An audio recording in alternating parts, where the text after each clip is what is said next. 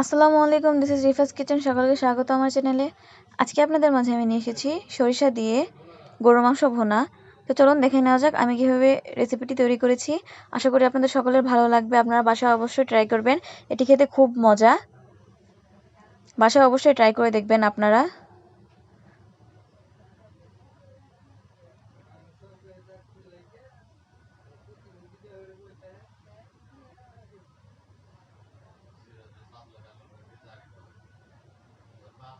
তো প্রথমে আমি এখানে গরুর মাংসটাকে সুন্দর করে ভালোভাবে ধুয়ে নিয়েছি। তারপর এখানে আমি পেঁয়াজ কুচি দিয়ে দিব। আস্তে আস্তে সব মশলাগুলো আমি এখানে অ্যাড করে দিব। পেঁয়াজ কুচিটা দিয়ে দিলাম। তারপরে আমি এখানে গরম মশলা, তেজপাতা, শুকনা মরিচ এগুলো দিয়ে দিব।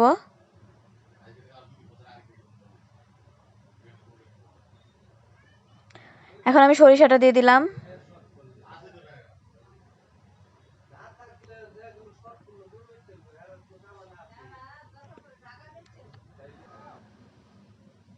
তারপর আমি এখানে হলুদ গুঁড়ো দিয়ে দিব। হলুদ গুঁড়োটা দিয়ে দিলাম। এখন মরিচের গুঁড়োটা দিয়ে দিব।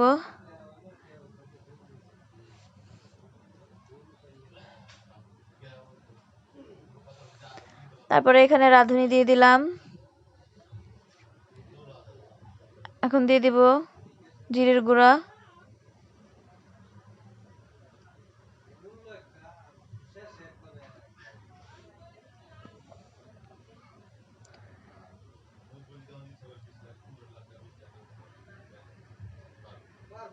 তারপর আমি এখানে স্বাদ মতো লবণ দিয়ে নিলাম। লবণটা আপনারা আপনাদের স্বাদ মতো দিয়ে নেবেন। আদা রসুন বাটা দিয়ে দিলাম। 2 টেবিল চামচ পরিমাণে আমি আদা রসুন বাটা দিয়ে দিলাম।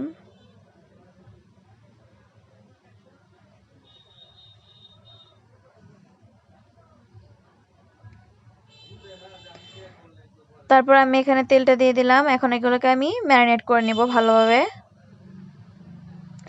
ম্যারিনেট করার পরে আমি এটাকে চুলায় বসিয়ে দিব।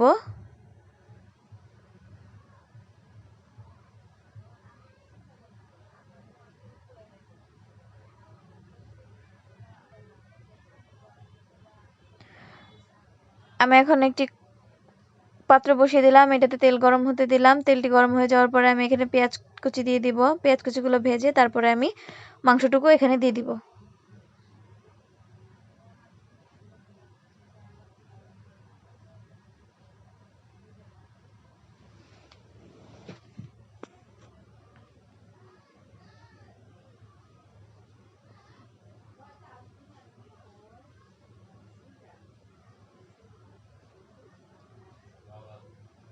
পেঁয়াজগুলো ভাজা হয়ে গেলে আমি এখানে মাংসটা দিয়ে দিব।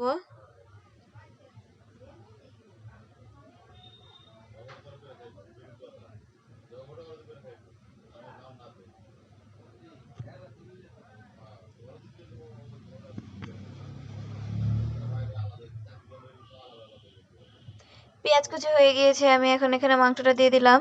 এটা থেকে পানি ছাড়বে, মিডিয়াম আঁচে দিয়ে দিতে হবে। বাটিটা ধুয়ে অল্প একটু পানি দিয়ে দিব, সামান্য।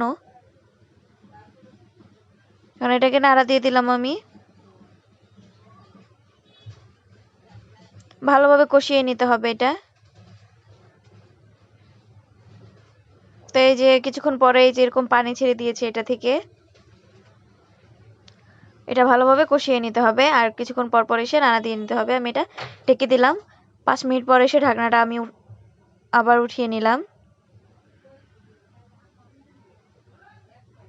এই যে আঠা আঠা হয়ে গেছে কষানো, এটাকে আমি আরো কষাবো।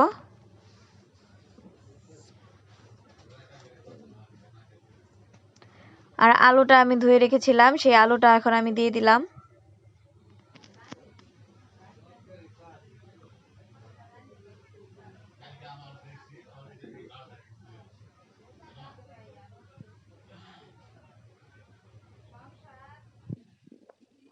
এটাকে আমি এখন ঢাকনা দিয়ে ঢেকে দিব।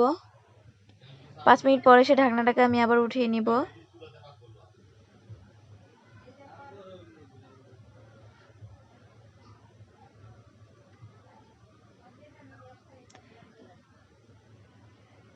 বলক উঠে গেছে, দেখতে পাচ্ছেন।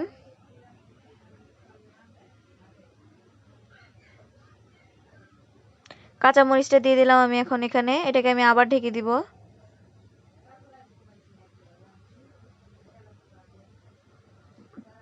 ঢাকনাটা উঠিয়ে দিলাম 5 মিনিট পর এসে।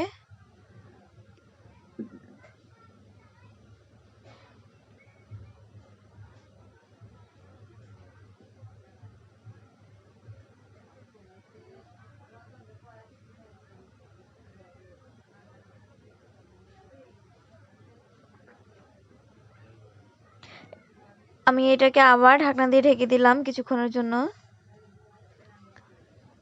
দেখতে পাচ্ছেন কত সুন্দর তেল ছেড়ে দিয়েছে, আঠা আঠা হয়ে গিয়েছে।